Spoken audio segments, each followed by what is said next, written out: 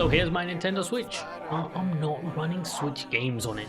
This is my custom remote play setup, and it basically runs anything I want. Now Sony has remote play, Xbox has cloud gaming, and Nintendo, I guess barely tries at this point. So I thought I'd set up my own little rig, and this allows me to stream my entire PC, not just to this one console, the Switch, but also to my phone or really any handheld device. Now, it isn't a service, so there's no subscription, no lockdown ecosystem, and there's no money involved at all. And yeah, you can get it set up in less than 5 minutes if you really want it. So basically, my PC is the console and everything else is just a screen that's attached. Oh, and as for input lag, what input lag? Now before we get into the setup, for those of you interested in my live wallpapers, you can grab them straight from my very own Epic Live Wallpapers app. Sure, it's been removed from the Play Store because of Google's nonsense. However, I've gone full premium, so consider supporting the channel and grabbing yourself some awesome live wallpapers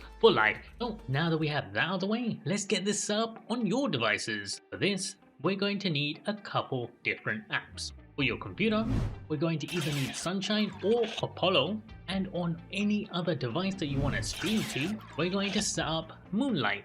Now comparatively, this is something very similar to TeamViewer. However, it is free, reliable, input lag is very minimal, it's fully customizable and totally open source. Additionally, it runs totally on a closed network. Now this supports native resolution, proper upscaling, and real controls with almost any kind of input, whether that be mouse and keyboard, a touch panel, or even in this case, my Joy-Cons. So what is the difference between Sunshine and Apollo? Basically, Apollo is the more friendly version of Sunshine, such as when you set up Apollo, it creates a virtual display. So any device that connects to your Apollo setup will use that third display or second display, whatever it is, and then apply a custom resolution to match the display of your output device.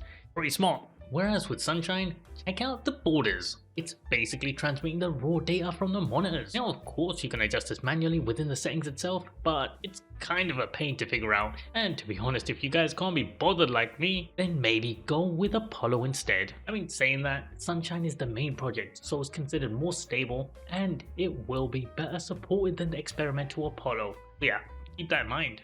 Now, using either one of the GitHub links down in the video description below, just head over to the release section and download the latest version for your OS. After which, just simply install it, and then eventually you should have something like this. And that's it. Anytime you start up your computer, this little application will be running in the background. Of course, you can turn this setting on and off, but for those of you who want to do more complicated setups, such as with Wake on LAN, because you can't be asked to get out of bed, you just might want to leave it on. Now, once you've set up a password, head over to applications, and here you'll be able to add in your own custom shortcuts. Such as here on my setup, anytime on Moonlight, when I tap on Spider-Man, it runs the Spider-Man exe on my computer, and that's it, it auto starts, and then once I'm done playing, anytime I terminate the connection, it automatically ends the program as well.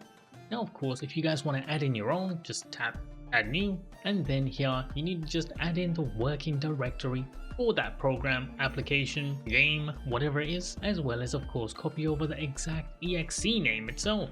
But yeah, all of this is outlined on this guide, which I'll link down in the video description below as well, so make sure you read it thoroughly. And yes, if you have time, you can also add cover art. Now, without deep diving into the configurations for Sunshine, when you do need to set up the custom display settings, head over to the audio video section, scroll further down, and then under the advanced display option, so you can toggle on, off, and play around with these settings. Yeah, it's a little bit time consuming, but yeah, you'll get the hang of it. As for the rest of these sections, you really don't have to touch anything at all.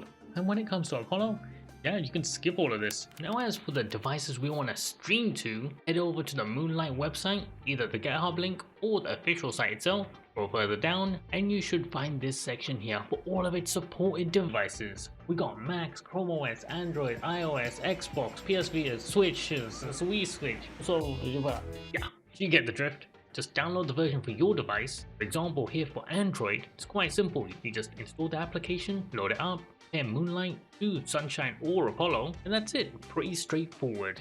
Now as for the Nintendo Switch, to get it up and running, you will need a modded Switch that can run homebrews. So luckily for me, I've already got one in hand, but if you don't, There are tons of tutorials online and even some pre-modded ones on the secondary market, but yeah, putting all that to one side, once you have the homebrew, you just copy it across, and then on your Switch, you can just launch it from your homebrew section, just like any other custom app. After which, you'll see the same Moonlight interface. Now just pair the two together and you're good to go. And that's it. And because it's all running on the same network, lag should be super minimal.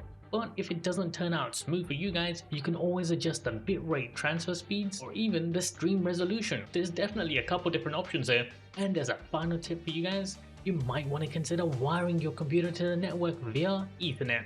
Now smash that like button and comment down below what games you guys are going to be playing on your remote play sub.